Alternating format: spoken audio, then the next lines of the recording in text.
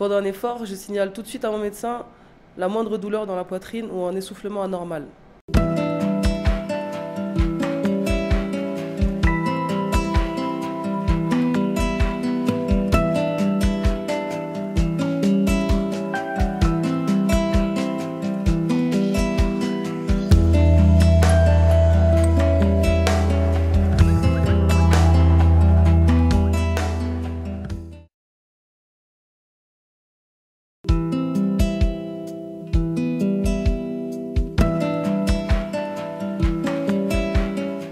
Dès qu'il y a des palpitations dans le cœur, il faut en parler de suite à un médecin, que ce soit avant ou après un effort.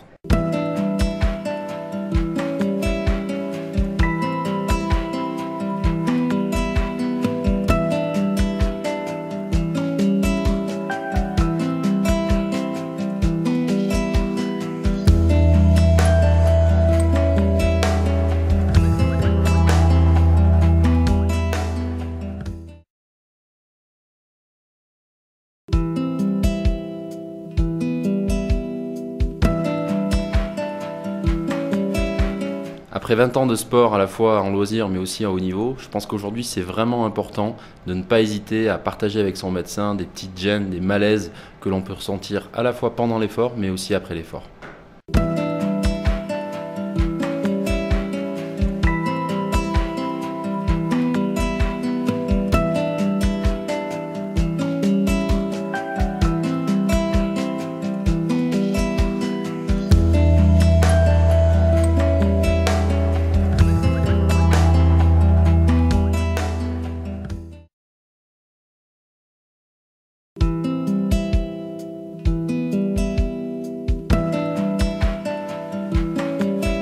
Un bon principe à respecter lors de toute activité sportive, 10 minutes d'échauffement avant et 10 minutes de récupération après.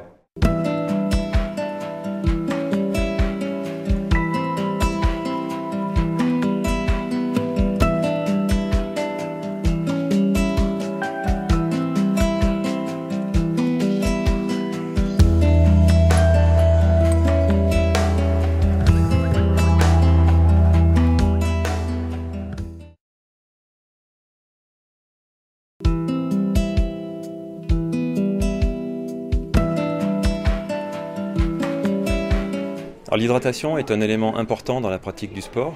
À titre personnel, moi j'ai l'habitude de boire très régulièrement, 3 à 4 gorgées toutes les 30 minutes, bien évidemment à l'entraînement, mais aussi en compétition, et ça m'apporte beaucoup, notamment en termes de récupération.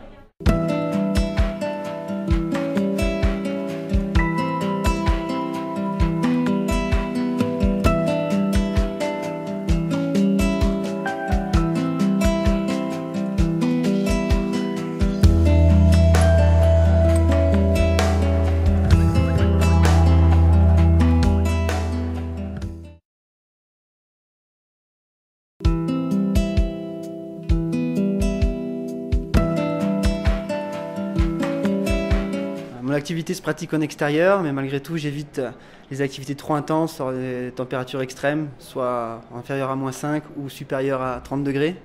Et également, on évite les entraînements dans les grandes villes lors des pics de pollution.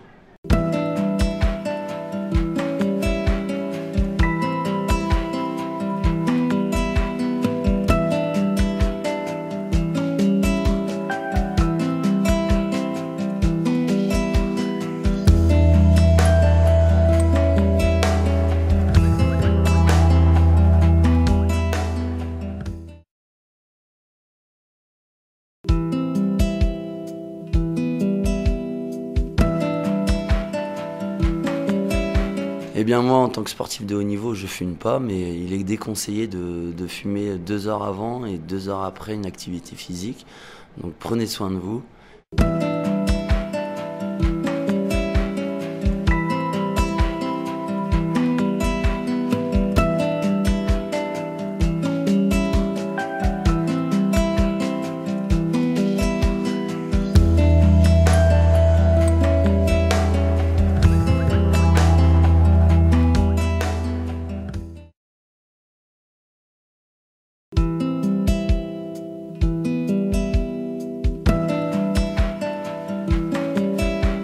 Ça fait quelques années que je suis en équipe de France maintenant et je ne consomme jamais de substances dopantes et j'évite l'automédication en général.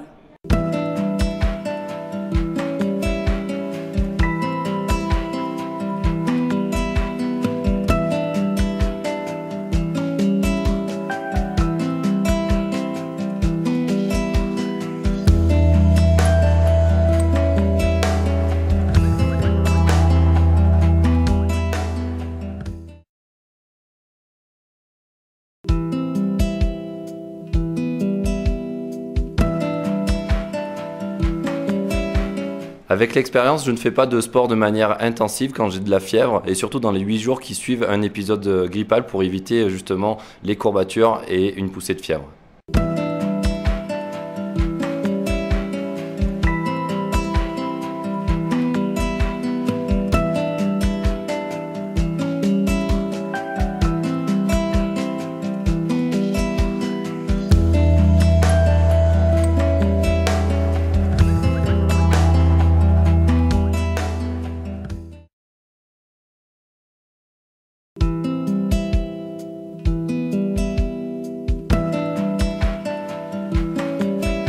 Très important, avant de reprendre une activité sportive intense, n'oubliez pas de faire un bilan médical très approfondi pour les hommes à partir de 35 ans et pour les femmes à partir de 45 ans.